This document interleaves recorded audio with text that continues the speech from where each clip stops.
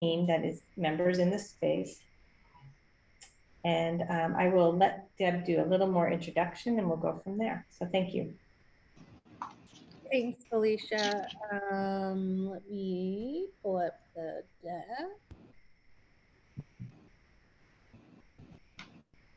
All right. Can you see my screen?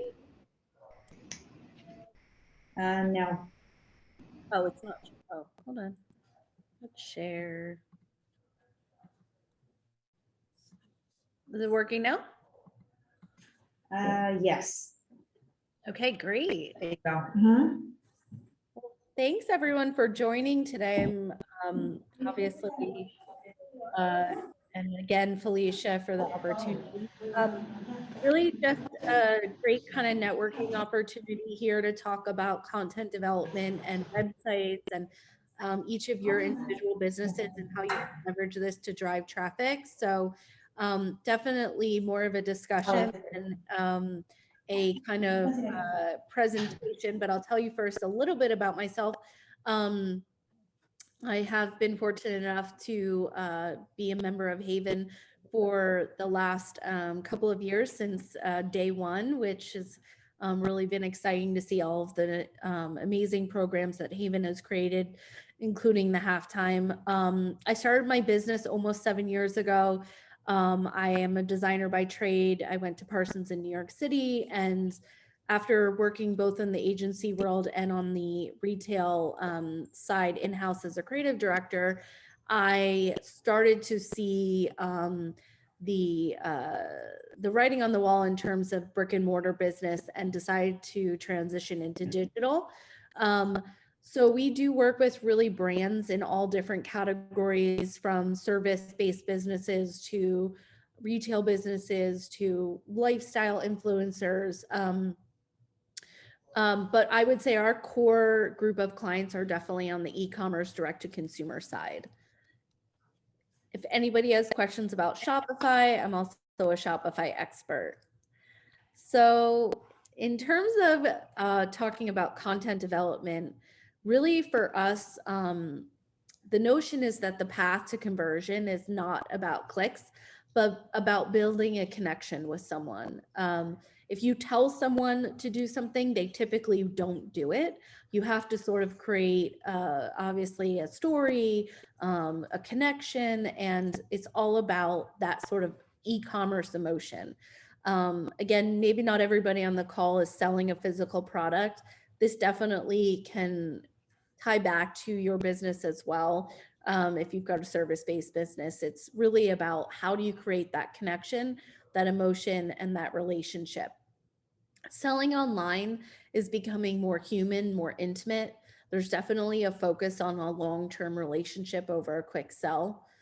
There's a focus on building a brand and telling inspiring brand stories rather than making a quick sale or, you know, getting an email or something like that. It's really about investing in the relationship with your potential customer or client. And in terms of e-commerce, make the shopping experience personal and easy for consumers. We're definitely seeing more and more that online shoppers have high expectations.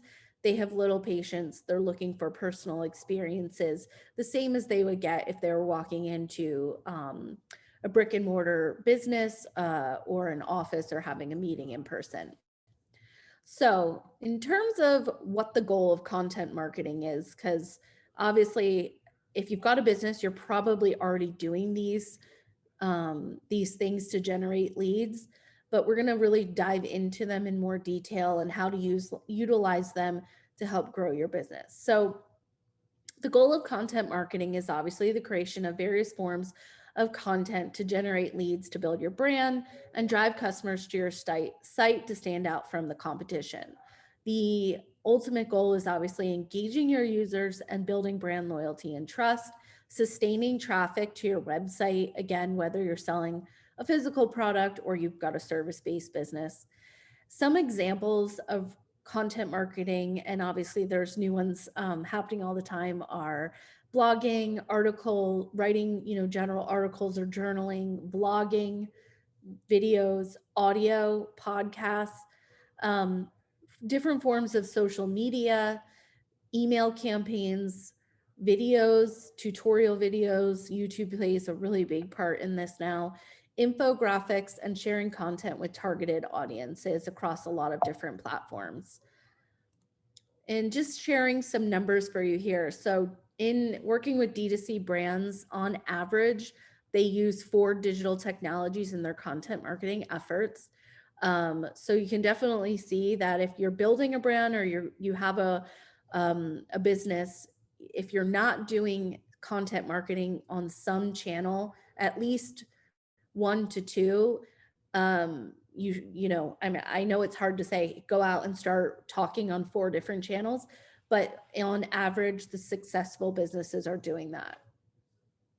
In explaining a little bit about how content marketing influences your potential customers or clients, I want to talk a little bit about the flow. So in terms of attracting them, using blogs, using social media, using sort of top of funnel awareness tactics in terms of, you know, SEO and keywords that are basically putting yourself out there for strangers that are searching for those specific topics. So that is what we're doing at the very top of the funnel at the awareness stage. Once they've come into contact with your business or your brand, you're looking to convert them. Again, whether you're selling a physical product or you're just trying to get information, you want to take that stranger and that visitor and you want to turn them into a lead. So at that point, they should be interacting with a landing page, some sort of a call to action, whether it's filling out a lead form or putting in a message on a contact form. From there, you're looking at retention and follow-up. So what are you trying to close? What are you trying to sell at that point? Follow up via email, workflows, drip campaigns. If you're running ads, you know, other forms of remarketing, lead scoring, again, if it's a service-based business, and then any additional CRM integrations. And then lastly, in terms of taking those clients and customers, you are looking at turning them into promoters for your business. So whether that is getting them to share content that you're producing on social media, email, and other workflows to keep them sort of in the mix and obviously pushing your business. So in terms of just addressing some of the more common forms of content marketing, I have a lot of times clients asking, well, I can't do both. What should I do? Podcast versus a blog? Which one is going to help me reach my demographic or my customer? So both blogs and podcasts obviously nurture customer relationships. They help you create a voice. They help you generate leads. Ultimately, you know, if you have a business that is just getting started, I put this list together to really not so much look at the pros and cons because they're both great ways to market content. It's more so where are your leads and what form of your content is going to do better on a blog versus a podcast. So in terms of blogging, you want to address the most pressing challenges faced by your target audience. Blogs obviously are driven by text, so they support SEO. Companies with blogs earn 67% more leads monthly. So are people more likely to click on an article that's interesting to them versus a landing page that's promoting a product? Yes. In terms of producing content, the most important thing to consider is that it has high value. It needs to be written, it needs to be digestible, it needs to be content that people are actually interested in, something that you would read yourself. And then in terms of creating that sort of networking opportunity online, writing guest blogs for other sites to get more backlinks to your website is definitely something that we recommend in terms of generating more traffic. Podcasts are great as well. That's an opportunity for you, obviously, to get more involved in dynamic media, doing interviews, creating your own podcast, or being guests on other podcasts. There's definitely a reach for a much younger audience. So something to consider there if you're looking to get out in front of the Gen Zs of the world. One thing that to note about podcasts is there's definitely more of a personal touch because it does add a human voice. It facilitates connections.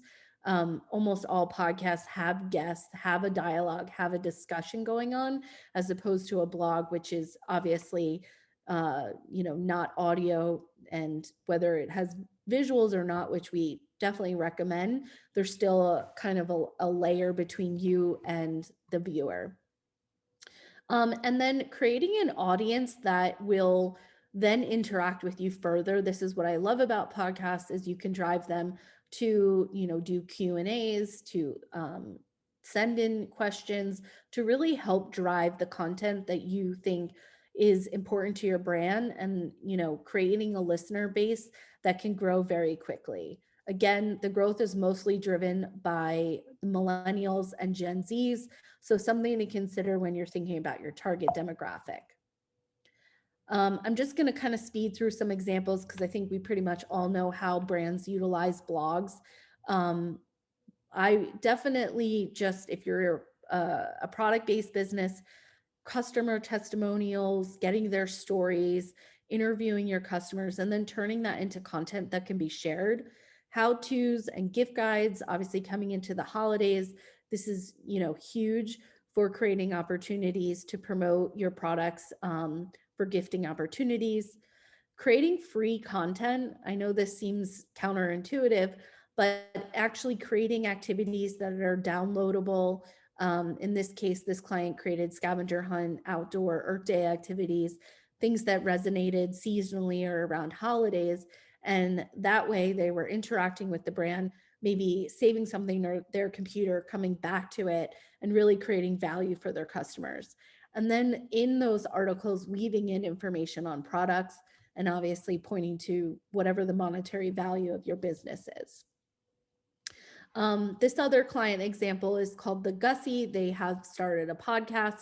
It's available on Apple and Spotify. In addition to the podcast, they utilize their topics on a weekly basis to create what they call pod lights, which is easy, digestible highlights in written form to create SEO value, as well as each episode has a shopping guide so that if you don't have time to sit and listen to an hour podcast, you can just go through the pod light and click on links. They offer 10% off for subscribing to their podcast. So again, tying back the content to the point is they're trying to drive sales, and they allow their listeners to leave comments, which again is creating that dialogue that we're looking for in creating conversation around your brand. Doing a podcast on a weekly basis is a lot of work. So definitely understand there's, businesses out there that are just getting started and they already have a lot of things to tackle. But it definitely is an opportunity to get out in front of your customer base on a regular basis. I'm going to skip through this slide really quickly, but we laid out for you where you should promote your content. Obviously, just Facebook. We know there's an older demographic there. They can be a loyal fan base though, so I definitely wouldn't write off Facebook. Private groups are a really great tool to utilize to get out in front of very specific audiences. Instagram is definitely more aspirational. They've recently announced that they're no longer a photo sharing platform. They are all about video. So if you're not producing videos for Instagram, you're definitely missing out on some of the changes they've made to their algorithm. LinkedIn is also a great place to make connections.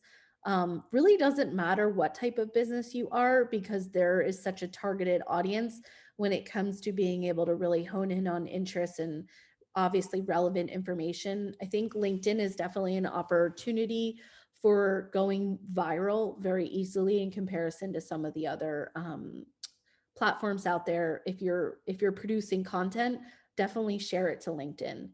Pinterest, again, lots of opportunities to take your blogs, put them onto Pinterest.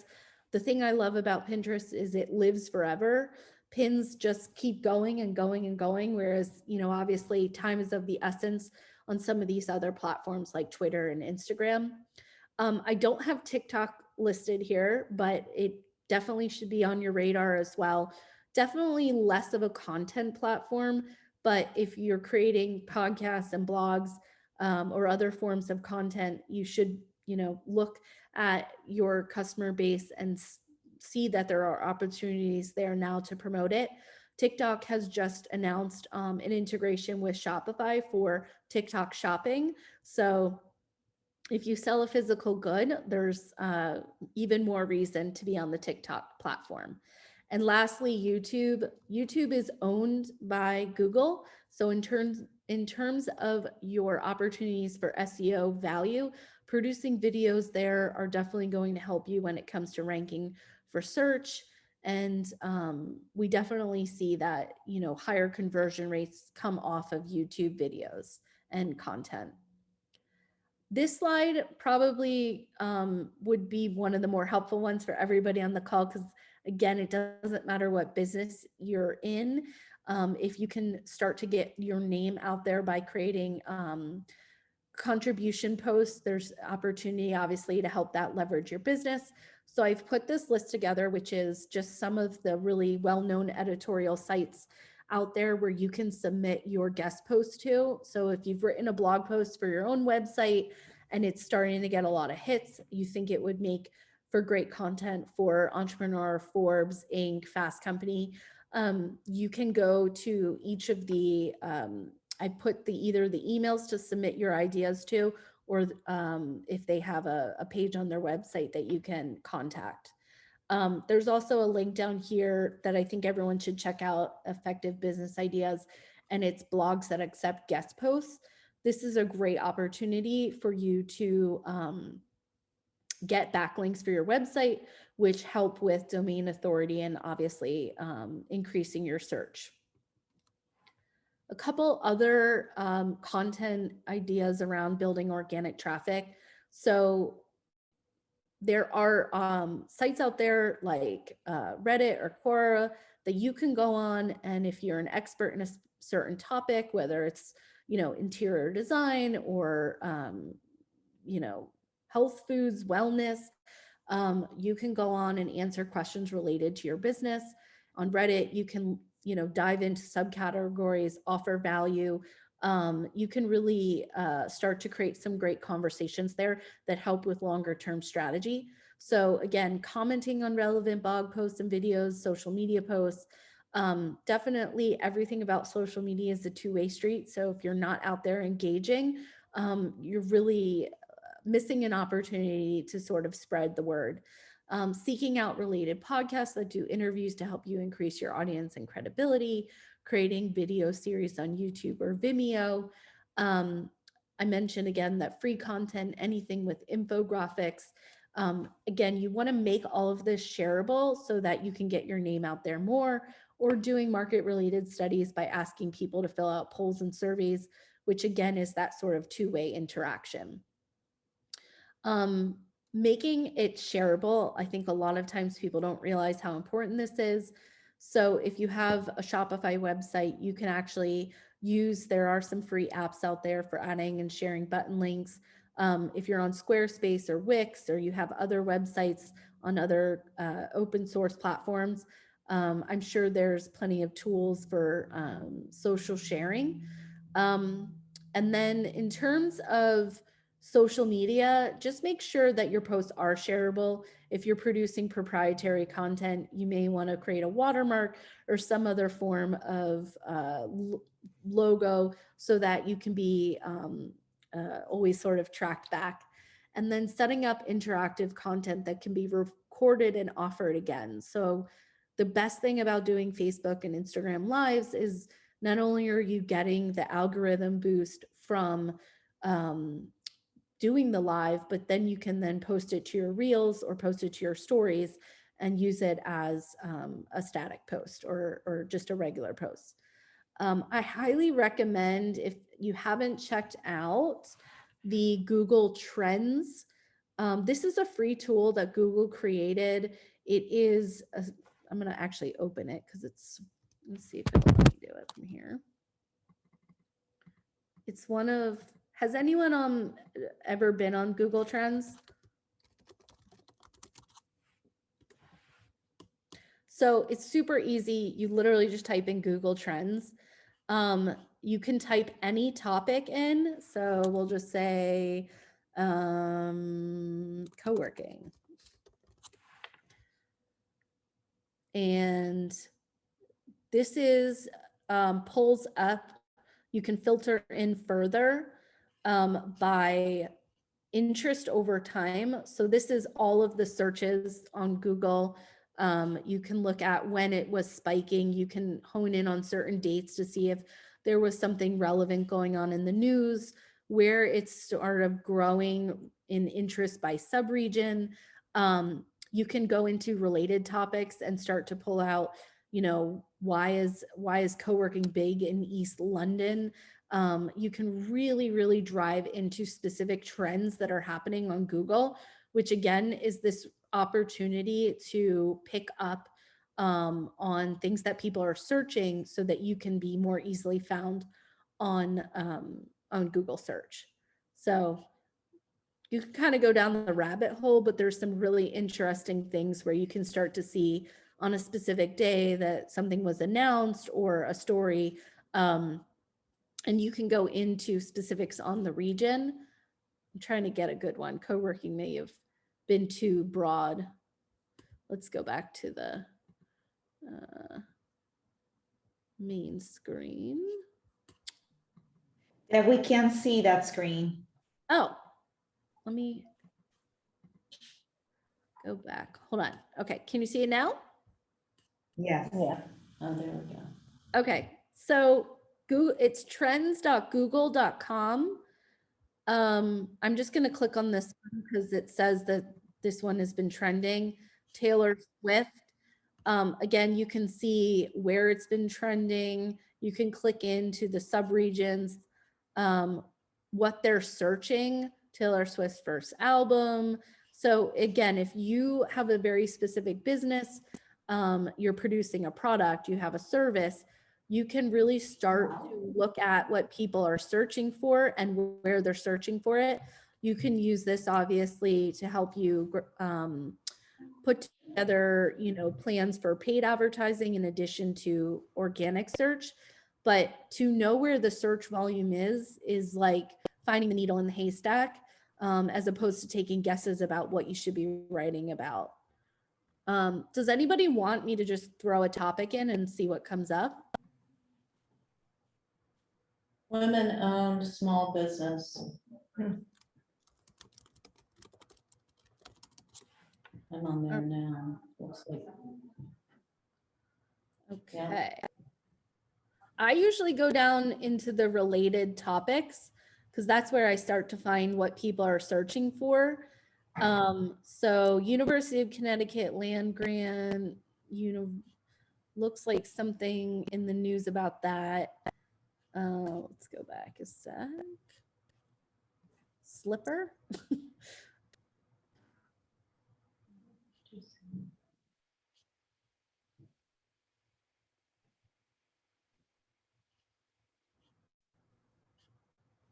Takes a minute to load.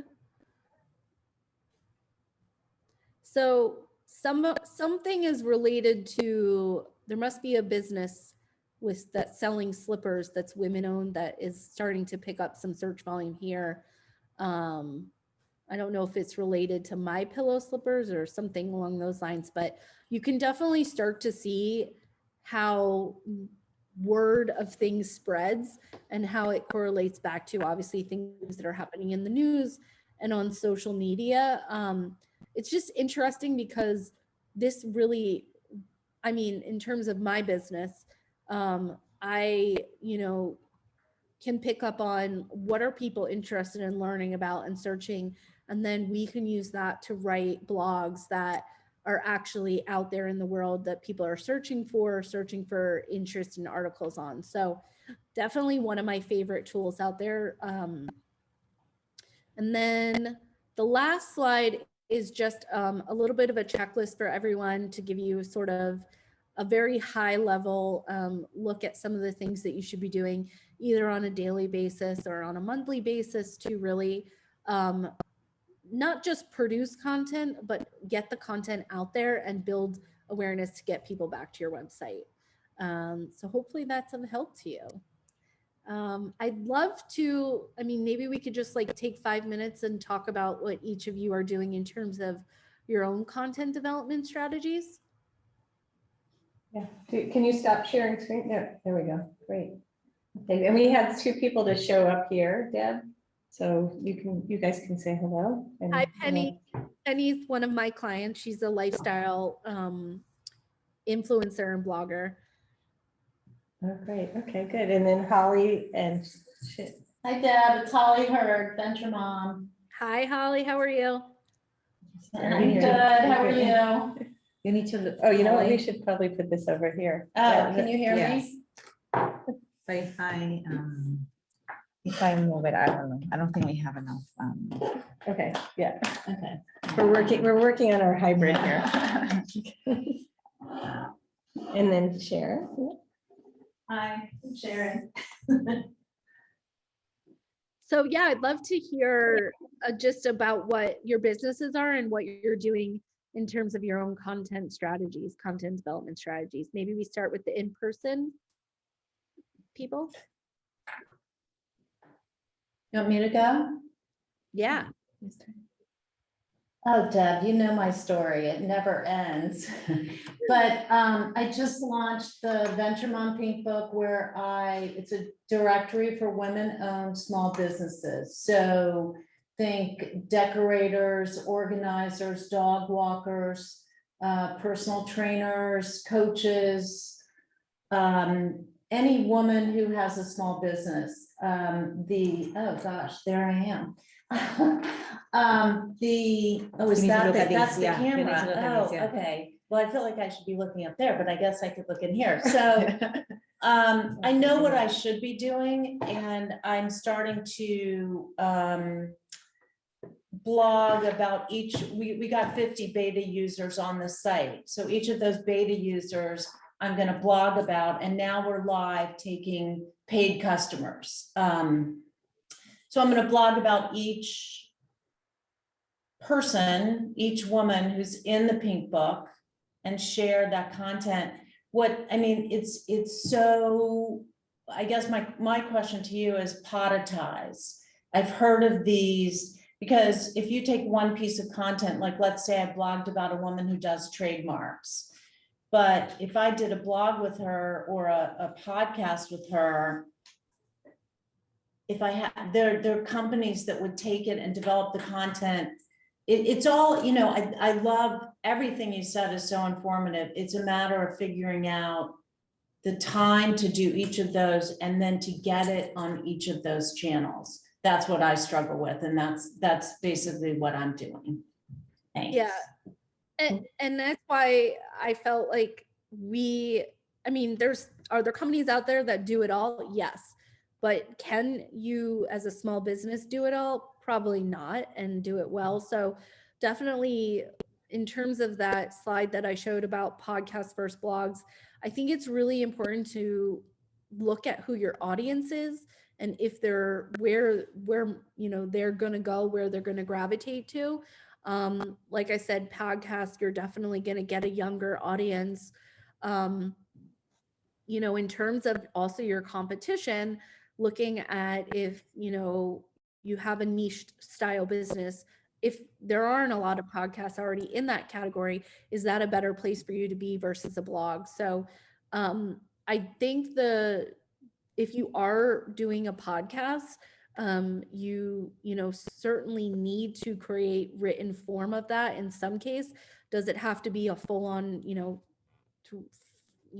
500 word blog post? No, but definitely creating snippets of some kind that then can be shared, more easily is important as well.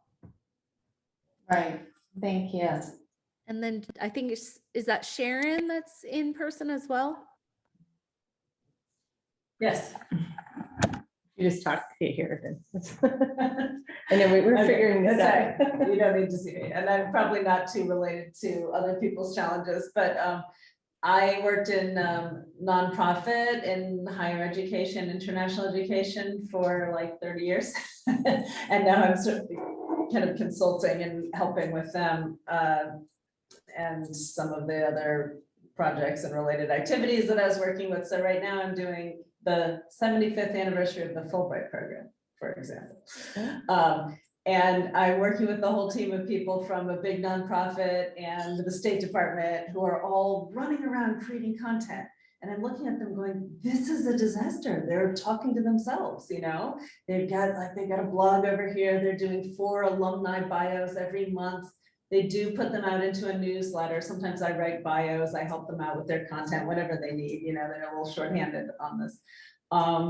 But, you know, somebody's doing social media and somebody's making videos, and I find that they're so disjointed and they don't have a clear strategy, you know, because they're kind of marketers, but they're not selling a product. So they don't really know who they want to reach. And I kind of feel like other organizations have that similar problems where you're like, work really, really hard. Like they do panel discussion on a Zoom and then they can't like get that out to people. You know, it's like if you didn't dial in for the Zoom, well, maybe you see a link in a newsletter later, but who's going to click on it and watch a whole panel? So Yeah. I guess I'm kind of just trying to process and think about ways to integrate them, like you were saying, and ways to get people to share and interact rather than killing yourself to create content and just throwing it up on different channels and not really funneling toward your goals. I think nonprofits also have a much better opportunity of creating guest content for other platforms. Like just because you're not, you know, a for-profit business and there is some value there in terms of getting, you know, the organization's opinion. So I would definitely look at like in terms of education, just because it's such a broad topic. I mean, there's probably just so much out there in the Google Trends world that you can start to really hone in on what would bring the right type of people to your blog. And then I definitely look at opportunities to work with other editorial platforms in sharing your pieces. But yeah, I totally get what you're saying. They're kind of speaking to themselves. So yeah. Yeah, I think that's a little bit of a danger people get into. They're like, oh, I have so many followers, I'll just, you know, just keep putting it out there, but they don't really know how to effectively get to people outside of their people who are following more. Yeah. Okay, cool. Kate, I know you were on first, so maybe tell us about what your business is. Hi, everyone. My name is Kate Brooks. I have an interior design business. I do both residential and also in the past commercial design. So I kind of take any job that comes my way. My one challenge with doing anything digital is just not getting it out there. Like I feel like I have ideas for content. I have an Instagram account. And so I feel like I just need to put more things out there, and I just need to sit myself down, make myself do it and put it out there, which is, I guess, more of a kind of a mental challenge than actually like physically not having what to put out there. So I definitely would look at hows.com too, because I know they have a big blog section and they take contributing stories from you know, outside of the organization, and that could be an interesting opportunity to drive some serious traffic back to your website. yeah, that's a good idea. Yeah, I have a friend who's a photographer, and she has gotten all her business on House. Oh, She really? posts things there, and she said that's exactly where she got everything. Yeah. And she's really successful. So that's a good point. Yeah, and Penny, thanks for jumping on, Penny. Oh, you're on mute. Mute. Can you hear me? Can you hear me now? Yeah. Okay, good. I'm not in retail per se, so I don't really have anything to sell but what I do. I'm a lifestyle blogger. I do tablescapes. I think I was actually one of Deb's very first clients in 2015, and we're still together. So we've been working for a long time. I waxed and waned through it, did some things. And then it kind of picked up speed through Instagram, which I spend a lot of time on. It started to pick up speed through that platform. And I was, invited to give lectures on entertaining and party planning, big lectures. And so I started it as a hobby and then realized it had legs. And so I kept up with it, sometimes waxing and waning, but no matter what, I always kept up with it. We live in 2 different places. I have a professional photographer in each place. So I'm Lyons Lifestyle, Lyons, one word, and it's all professional photography, which has really been fun for me. And I think because the pictures are so beautiful on my website and super professional, and I blog, I'm doing 2 blogs a month now because my blogs usually are very huge. They're, I do the table and it has to be different all the time. And sometimes I'm lugging china back and forth from stores and then returning it. If they, I have a lot of stores wherever I am who will let me borrow it because I'm advertising for them, right? So that's really helped. My goal is to have a book, a coffee table book. And I have now 5+ years of content on my website. So I'm excited about that. Also, my goal is to have people advertise on my site. So I have more of a passive goal in mind. And I've now partnered with, I think, 12 or 14 companies where I tell them what I would like to use that they're selling. And then I display it in like a gorgeous way. And so I get to keep all the stuff.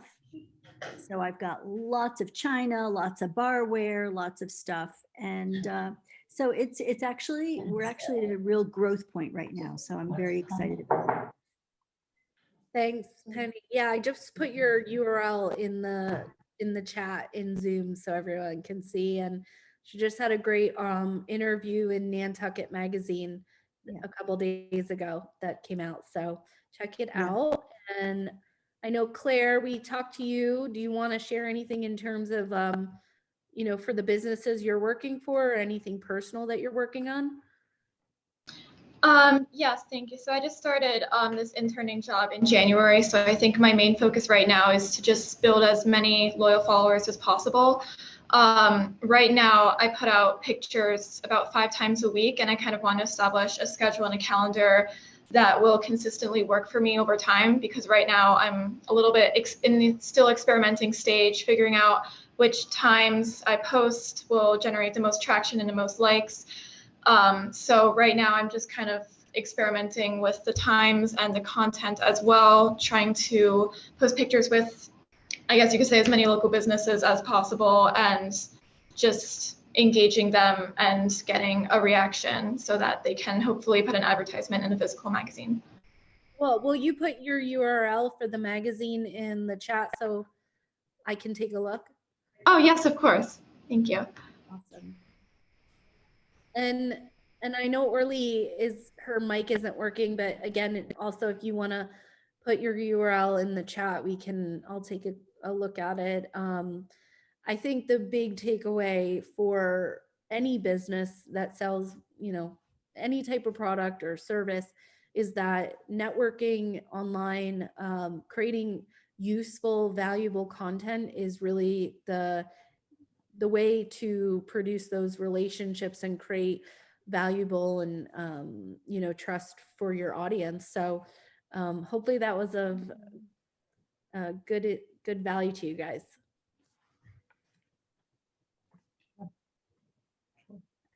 Well, yeah, thank you, Deb. This was really terrific. And I think we can share the presentation. Is that okay with everybody? Yeah, in absolutely. terms of emailing it? Yeah, because I think there was a lot of really good nuggets there. And especially in terms of who to contact if you have a blog post. I was super intrigued in that. Yeah, Do you have the Forbes list and all the I'll send you the link right now. Hold on one sec. Yeah. And have you had much success with that yourself, Deb?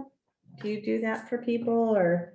Yeah, I actually, it's not something that I've put a ton of energy for our business into, but whenever we have, you know, so my company, we write blogs 2 a month usually, and they're not always the most interesting topics, but they're things that we know that are getting searched for, and that are obviously kind of hot in the news, or like new features for digital platforms. But yeah, I've been fortunate enough, like through LinkedIn and through other platforms and our social media, that a lot of the content does get picked up. So you just gotta keep plugging away at it and put it out there, and eventually you'll create a voice. Yeah, great.